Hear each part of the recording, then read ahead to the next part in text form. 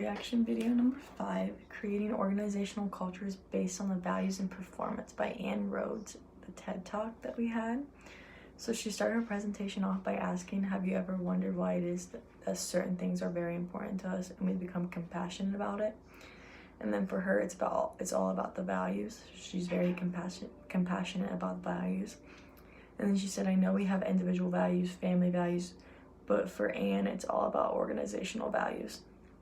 So then this started when she got her first job in banking, and it was her first responsibility was to hire a very experienced teller, which she did, and that didn't take long to find. So in fact, in a couple weeks, she was in the organization, the person that she hired, and then the organization started to notice in a few weeks that she wasn't just good at being a teller, she was obviously good at shopping, because she was constantly leaving the bank with beautifully wrapped packages, and we also didn't notice that we were missing a lot of money from one of our vaults. So then it struck me that I shouldn't be looking for someone other than just the experience they have. You should be looking at people for like their values.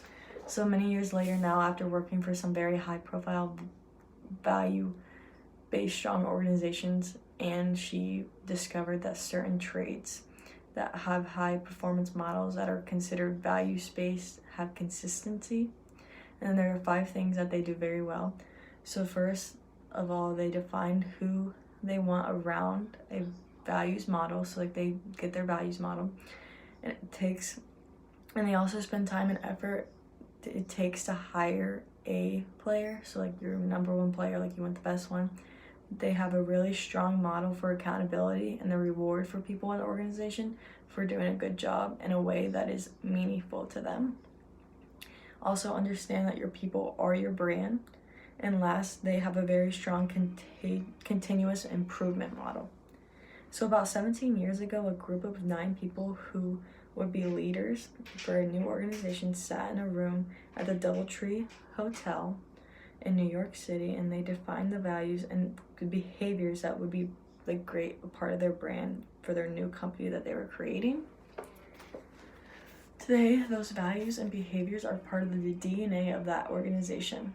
They also described and wrote a paragraph about how they hoped would come, like about their leadership, and the company is called JetBlue. So you see those leaders in a room, and they understood that the drive that leaders have is the values of the organization, and those values drive their behaviors, and the behaviors collectively become the culture of the organization. So then Ann showed like a diagram on her TED Talk, and it talked about like it went from leaders, and it went down like what drives the leaders, and then went to drives behaviors. So values drive behaviors, and then behaviors drive the culture, and then the culture drives the performance. And culture is really what people do when no one is looking. So like that's how you find out your culture. Like when you set a culture, like people will be doing stuff like acting like someone was looking, but like they would be doing what they would normally do. And then one of her favorite stories that she saw on the internet was about an individual from Phoenix, Arizona, and he got a call one morning from his daughter who told him that his grandson had been in a really bad accident, and she wanted him to come say goodbye to the grandson, that they thought that he was being taken off life support soon. So the dad called the airport, and they got a flight for him, and that he was on his way there.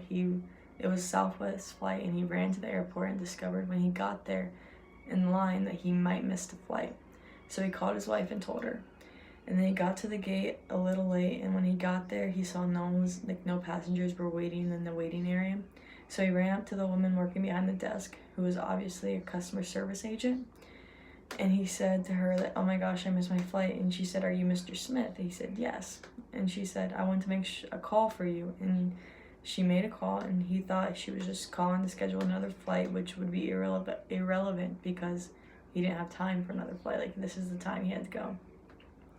So she completed the call, and a door opened behind her, and the captain walked out and said, Mr. Smith, we loaded the plane, and we are waiting for you to come say your goodbyes. So you see at Southwest, there's 40-some thousand people who live the value of the golden rule every day, and that's why the captain did.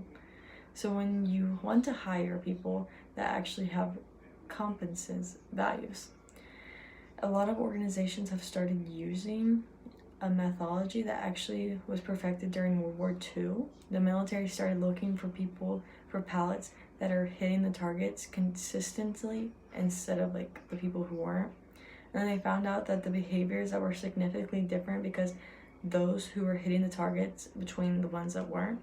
And they started hiring people with the behaviors because the past behaviors is a predictive of the future behavior about 90%. So if you hire the people with the behaviors that you want and keep hiring them, then your predictive like outcome will be you're all on the same page, good behavior and values. And they found out that changed the outcomes. And today the methodology is called behavioral hiring and is being used by a number of high performance organizations today. And in fact, they use a lot in healthcare. There was a place in Cali, one of the healthcare systems, that would use the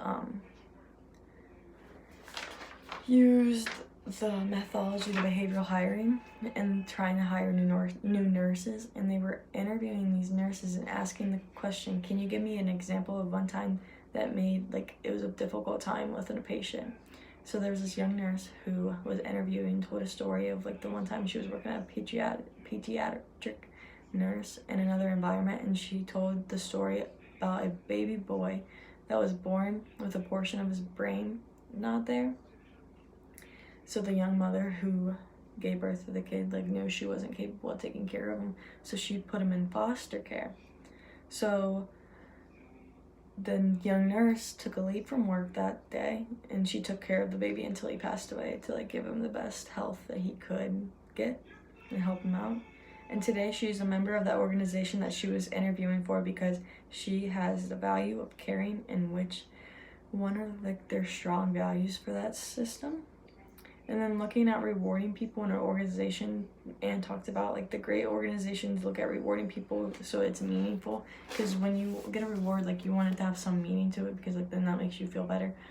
And then one of her favorites is Google, because Google does it different than normal businesses do, because normally like you'll hear about bring your child to work day, but like with Google, they're mostly young and like they haven't started their families yet, and like they're young engineers.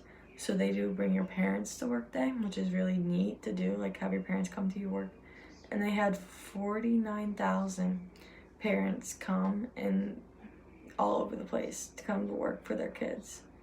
So most decisions when you're talking about brands are based on the people that serve us the brand. So then she showed us a pie chart, and it was talking about how like when you're going to a brand, it's normally 36% of the time like you're going because of that person that serves you.